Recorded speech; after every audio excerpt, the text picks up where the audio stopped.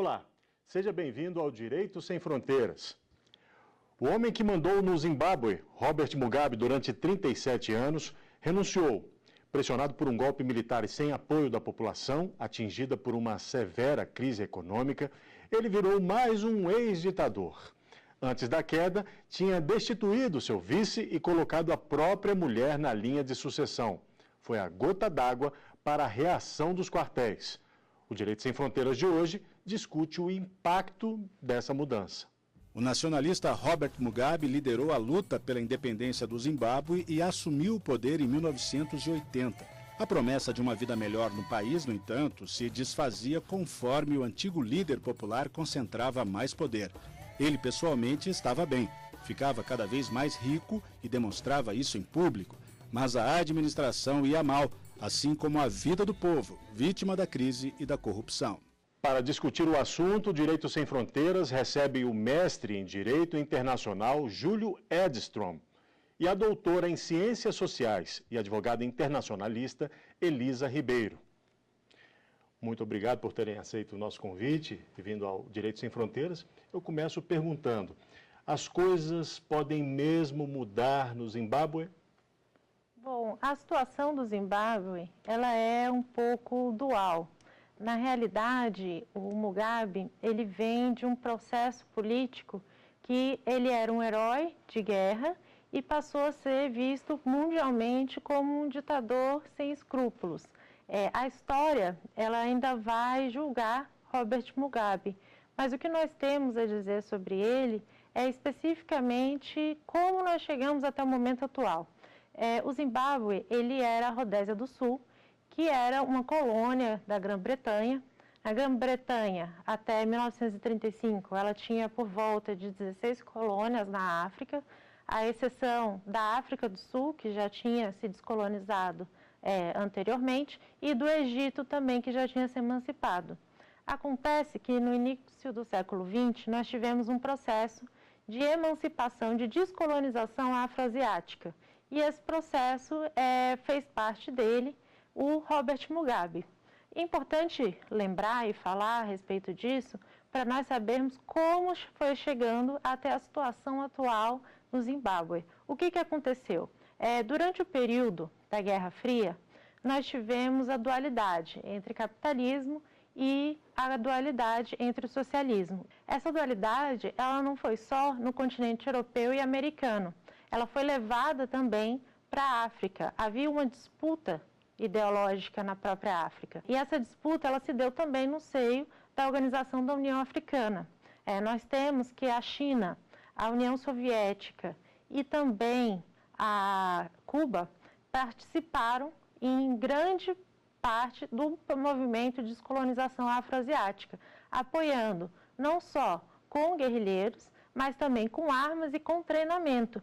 E Robert Mugabe foi uma das pessoas que fez treinamento na China, na República Chinesa, na época, e também que teve o apoio de armas e especialmente de dinheiro da União Soviética e da China, em torno de 32 milhões de dólares logo na primeira metade do século XX.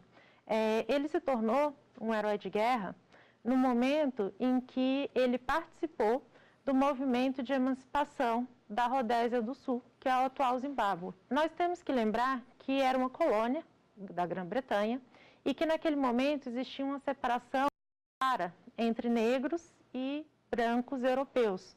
Naquela época, Smith, ele liderava o país e havia pressões para que ele abrisse mão do seu cargo e que assumisse algum africano no lugar dele, na Rodésia do Sul.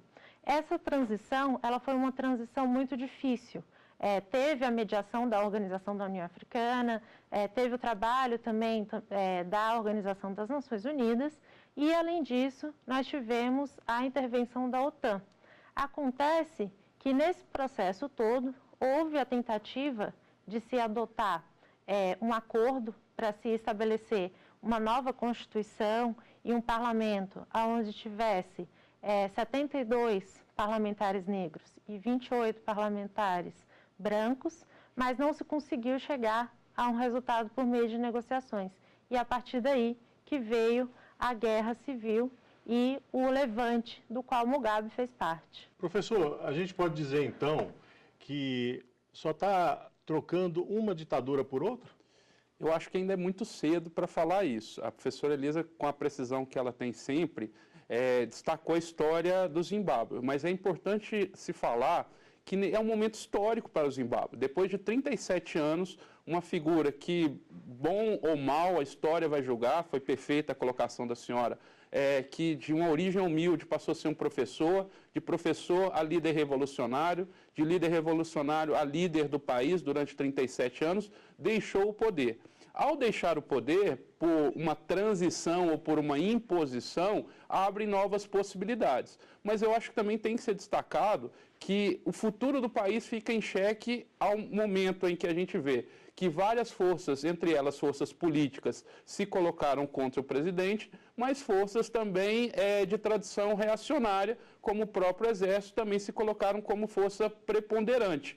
O que é, no mínimo, preocupante no momento em que a gente vê que o Exército se insurgiu contra o poder civil e possivelmente vai impor qual será o rumo do país. O Zimbábue é um país que tem grande possibilidade, já que ele é exportador de petróleo, mas vive uma realidade preocupante, onde tem um índice de mais de 40% da população em estado de desnutrição. Então, prevermos que vai mudar é uma realidade. Mudou ao longo desses últimos dias com a mudança de governo. O que vai se cristalizar em uma democracia ou manutenção de uma ditadura é o que nós vamos ver nos próximos meses.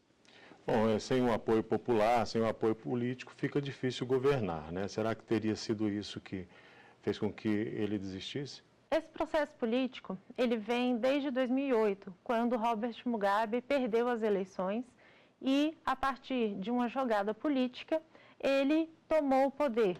Nesse momento, ele já passava por uma dificuldade dentro do país. Por quê? Porque já desde os anos 90 havia uma briga política interna que trazia a dificuldade da reforma agrária e ele permitindo também que membros do Exército e que membros do partido expropriassem fazendeiros brancos europeus no país. Nas eleições de 2008, ele perdeu e, a partir dessa negociação política, ele fez com que o opositor dele juntasse a ele como primeiro-ministro e participasse do governo. Acontece que em 2014 também houve um problema dentro da transição democrática em que ele se impôs novamente ao poder. E nesse processo todo, a esposa dele, já a partir de 2013, começou a se pronunciar politicamente. A esposa dele, ela era redatora do partido e, nesse momento, ela começou a se alinhar politicamente e se apresentar politicamente como uma possível sucessora dele. Então, o vice-presidente, que já se encontrava numa situação política buscando essa sucessão, ele foi retirado do país e foi retirado do poder. Houve, então, a sucessão pelo atual presidente do Zimbábue, que sucedeu Robert Mugabe, e que em 2017, no início do ano, também foi retirado do país à força, justamente por se mostrar como uma possível oposição à eleição da esposa do Mugabe. Então, nós temos que já desde os anos 90, em especial também desde 2008, há uma fragilidade do governo do Mugabe. Então, eu acredito que esse processo, ele é um processo que ele tem um andamento ao longo desse período todo. Ele não teve um início brusco agora em 2017, mas é bom a gente lembrar que o sucessor dele agora, ele é do mesmo partido, ele também foi um herói de guerra, ele também participou da emancipação da colônia da Rodésia do Sul e que os dois se encontram também muito próximos politicamente. Então, essa separação, essa sucessão, poderia ser também uma sucessão arranjada. Tudo depende de como a organização política interna é vista. Foi por isso até que eu perguntei aquela hora se só mudou a ditadura. Professor. É importante, professor Elisa, a gente cristalizar que, por definição, nenhuma ditadura ela é popular, ela é imposta, ela não é democrática e ela não é sustentável.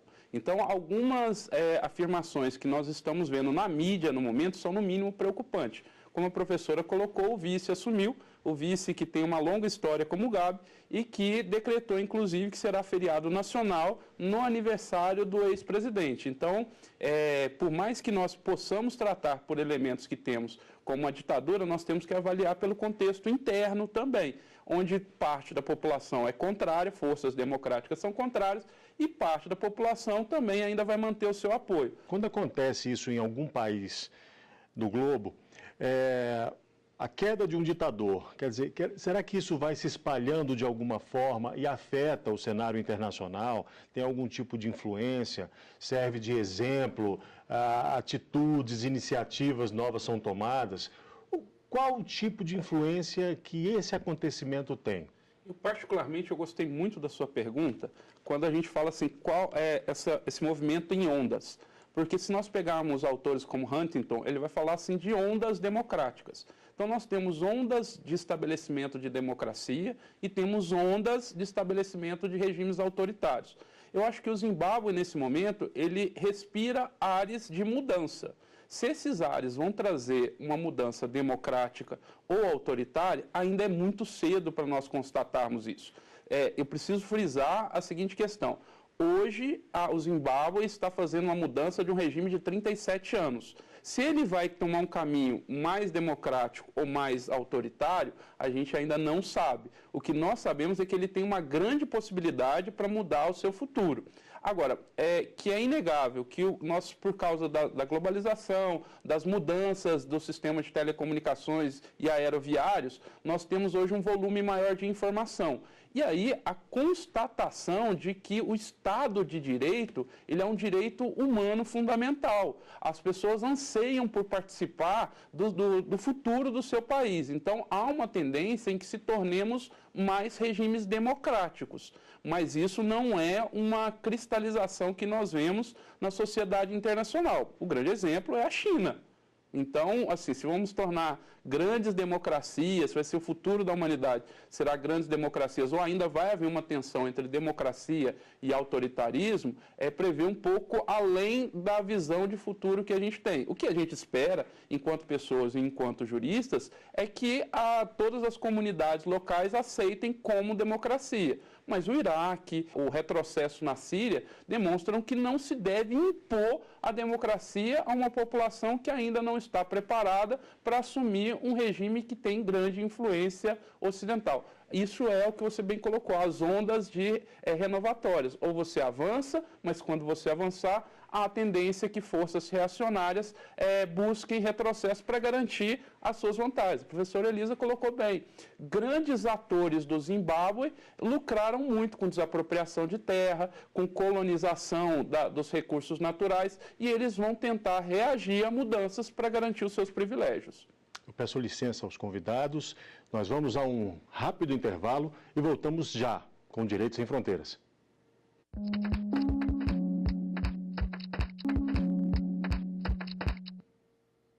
Estamos de volta com o Direito Sem Fronteiras. O programa de hoje analisa o impacto das mudanças no Zimbábue com a saída do ditador Robert Mugabe do poder. Doutora Elisa, no bloco anterior a gente falou sobre as mudanças no cenário internacional a partir desse evento. Houve reconhecimento dos outros países do novo governo?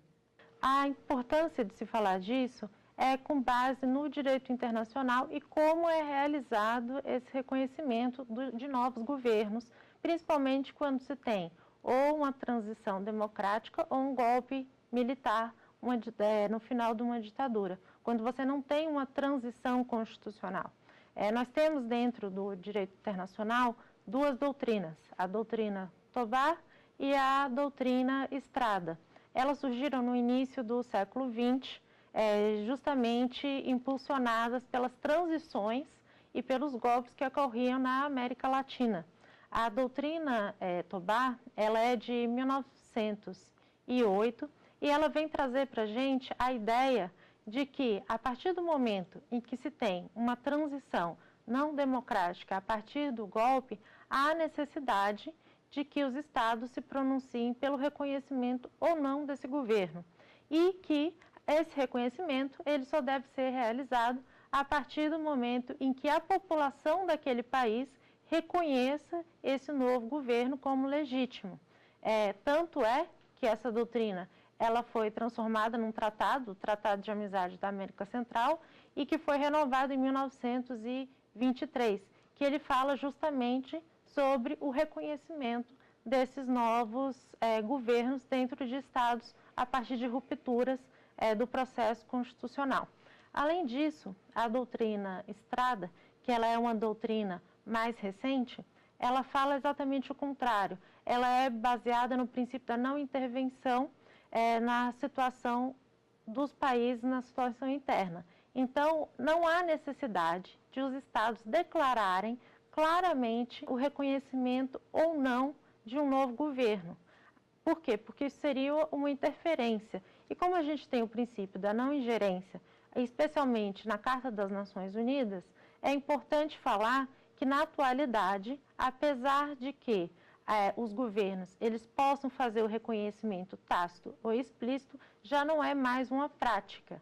O que os governos fazem, especialmente com base na doutrina Estrada, no caso do não reconhecimento da situação de fato, ou seja, que o novo governante ele não consegue o poder do Estado dentro do seu território, aí sim os estados podem declarar o não reconhecimento ou retirar os seus representantes diplomáticos daquele Estado. Mas hoje em dia a gente não tem mais o hábito de declarar abertamente se há ou não esse reconhecimento. Até o momento não houve nenhum país que não reconheceu ou determinou que não reconheceria o governo de Mnangagwa. Então a expectativa é que esse reconhecimento tácito ele seja feito por toda a comunidade internacional. Só gostaria de tentar complementar que em 1937 Kelsen escreve um parecer para o governo brasileiro que se torna referência para o direito interno e internacional, que é feita a pergunta a Kelsen.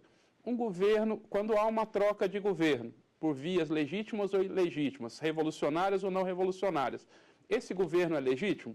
E aí Kelsen responde que depende da aceitação popular. Então, eu acho que a situação do Zimbábue agora vai ser definida pelas redes sociais. Por que pelas redes sociais? Porque é o meio de comunicação com menos filtros que nós temos na atualidade. Se houver uma opressão muito grande de parcelas do Estado ou parcelas da sociedade, pode ser que haja uma comoção da sociedade internacional e aí ações tanto dos organismos internacionais quanto de atores da sociedade internacional. Ou não, se a população aceitar essa mudança, pode ser que continue o reconhecimento, como a doutora Elisa colocou, por parte dos seus parceiros e que aí nós possamos contribuir com a mudança democrática. Caso negativo, a sociedade internacional vai ter que estudar o que fazer para que sejam reforçadas essas mudanças que estão ocorrendo. A partir desse exemplo, pode haver uma onda de derrubada de ditadores, uma vez que a gente tem aí pelo mundo, né? E aí tem alguns exemplos, Guiné Equatorial, Camarões, ditadores que estão há décadas no poder. Pode haver uma derrubada, assim, em onda de alguns deles? Particularmente, eu sou academicamente contrário a essa possibilidade de derrubada de ditadores. Por quê?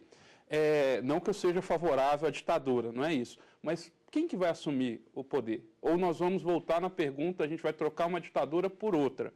Eu sou favorável, sim, da construção democrática com cada especificidade de cada país. Então, que através das eleições haja alternância do poder, o governo do povo, pelo povo, para o povo. E que a sociedade internacional continue a fazer campanhas, continue a fazer ações para que o povo assuma o protagonismo dessa mudança.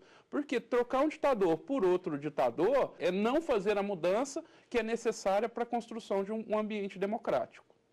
Já teve casos até como em Uganda, né, que os salários de soldados, de funcionários do governo foram aumentados para evitar um levante, né?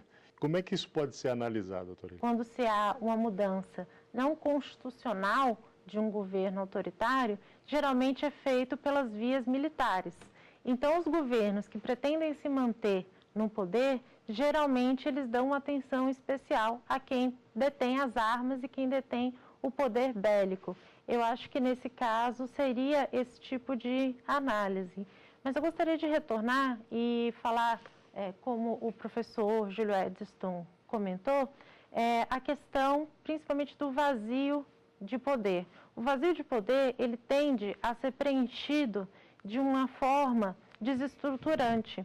Então, nós vemos que a partir do momento em que você retira um ditador do poder, você não tem a certeza de quem vai assumir. Pode ser que assuma um governo que seja pior, que seja mais autoritário ou que seja menos autoritário. Mas o que nós temos visto na atualidade é uma briga e uma discussão política que vai gerar guerras civis, que vai gerar conflitos dentro do Estado. Então, o vazio de poder, ele nunca é algo positivo. A subida democrática a essa situação, ao Estado, uma via muito mais produtiva e também é uma via de acordo com o direito internacional. No âmbito da África, nós temos o Sistema Africano de Proteção dos Direitos Humanos, que está inserido no âmbito da União Africana. E dentro da União Africana, nós temos a Carta Africana dos Direitos Humanos e dos Povos. E a democracia, ela é um dos princípios que se encontram consagrados nesses instrumentos. Então, eu acredito que, a partir do momento em que a comunidade internacional reconhece a democracia, as eleições e a via democrática de subida ao poder como uma forma mais efetiva e como a proteção dos direitos humanos, eu acho que é essa via que nós sempre devemos buscar. A situação, retomando no Zimbábue, ela não foi subida por uma via democrática. Eu espero que nos próximos dias nós tenhamos uma informação de quando haverão novas eleições e como essas eleições serão feitas, se elas serão acompanhadas por observadores internacionais, em que momento essas eleições irão acontecer e quem serão os candidatos e quais partidos vão se apresentar. Nós temos que no âmbito do Zimbábue são principalmente 2 partidos que se apresentam dentro da maioria do país. Não sei se vai aparecer uma terceira via, se vai aparecer uma candidatura diferenciada, mas é algo que nós esperamos que possa vir a acontecer por uma transição democrática. Nós estávamos falando também sobre a questão de vários governos caindo ao longo do tempo. Nós tivemos no final dos anos 2000 agora a Primavera Árabe, e a Primavera Árabe ela foi um exemplo de um levante popular contra governos autoritários. Mas eu acredito que esse momento ele não vai se reproduzir na atualidade, assim como o professor Júlio Edson falou. Ele foi um momento que ocorreu, já passou, e agora eu acredito que nós nos encontramos em um outro ciclo dentro da política africana. Porque é importante lembrar que a Primavera Árabe ela ocorreu também no norte da África, não foi somente no Oriente Médio. E nós estamos agora falando da África Austral. Então, eu acredito que a situação política da África Austral, assim como é a questão do Camarões e de outros países africanos, ela se encontra inserida dentro de um outro contexto político. Professor, diga. Dentro do viés econômico, é importante lembrar que o Zimbábue já teve uma famosa nota de $1 trilhão do Zimbábue. Então, demonstra que só aumentar o salário não é uma política econômica sustentável. E se ela não é sustentável, ela inclusive vai lançar maiores dificuldades para o governo de justificar como apenas uma classe social é privilegiada sobre as demais. Num ambiente democrático, há uma tensão entre essas classes, o que levaria a maiores conflitos para com o governo. Então, todos os estados que tentarem tomar essas medidas excepcionais terão tensões democráticas ou farão imposições autoritárias, que a médio e longo prazo vão causar transformações dentro daquele próprio governo. Agora, o movimento de avanço dos conservadores na Europa não pode favorecer a esses governantes que pretendem ficar tanto tempo no poder? Nós temos que pensar que não só na Europa, a América, nossos vizinhos ao norte, têm demonstrado forças reacionárias. E essas forças reacionárias tendem a tentar manter o status quo. Então, há uma tendência de perpetuação. Aqui, mais uma vez, o que nós estamos, a professora colocou muito bem, que é a tensão entre esses governos, entre democracia e autoritarismo. O que eu acho que cada vez vai ficar mais evidente pelas melhorias do sistema de comunicação. Virtualmente, hoje, nós temos acesso em tempo real de todos os governos do mundo. E aí vão demonstrar as suas vantagens e as suas fragilidades. O continente africano, no que pese a sua relevância humana e histórica, nós temos que verificar que até a década de 1940, quase todos, ou se não todos os países, eram colônias de países europeus. Então, eles estão no seu primeiro ciclo de transformação democrática. A própria África do Sul, ela está na segunda democracia pós a apartheid. O Zimbábue, na primeira transição entre um regime democrático ou um regime autoritário, porque 37 anos no governo é mais de uma geração de nacionais que viveram sobre o regime de uma única pessoa. Essa mudança, ela tende a ser estendida para outros países, mas com extremo cuidado, porque cada país tem a sua realidade. Queremos universalizar um regime, seja ele de extrema democracia como nos Estados Unidos, ou de extrema ditadura como a gente tem na Coreia do Norte, é no mínimo perigoso, porque são realidades muito diferentes de um país para o outro.